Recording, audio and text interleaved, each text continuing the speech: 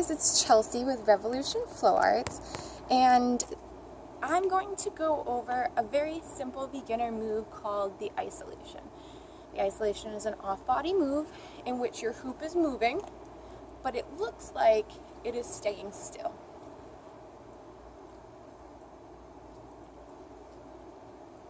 Isolations, as you see, can go either way you would like, and there's actually a couple different variations that you can do.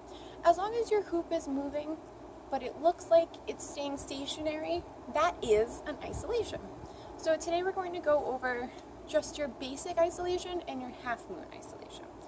So with your basic isolation, you're going to want to start with your hand on the top of your hoop in the palm of your hand. Thumb out.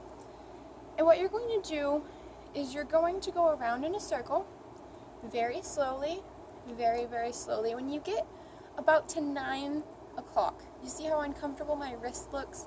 You're going to push that as far as you can without hurting yourself, and your hand is actually going to open up and you're going to let the hoop roll over it. You're going to grab it here and you will make the circle complete.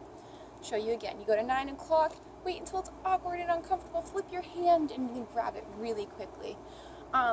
The two things that tend to be challenging with this is one, tracing an actual circle, which will come with time, and two, learning how to roll the hoop over your hand without making your hoop move is the other challenging thing.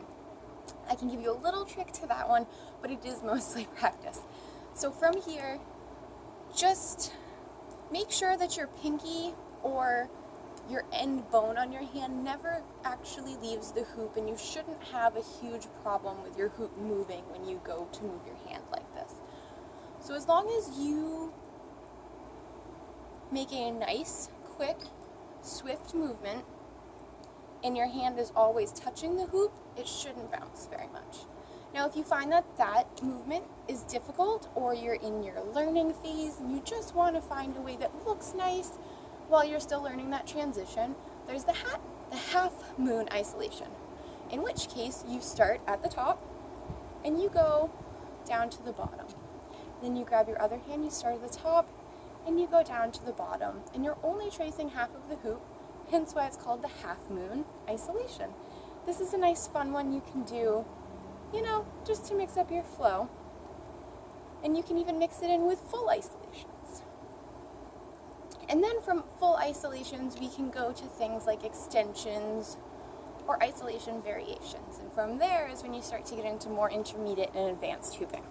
Good luck!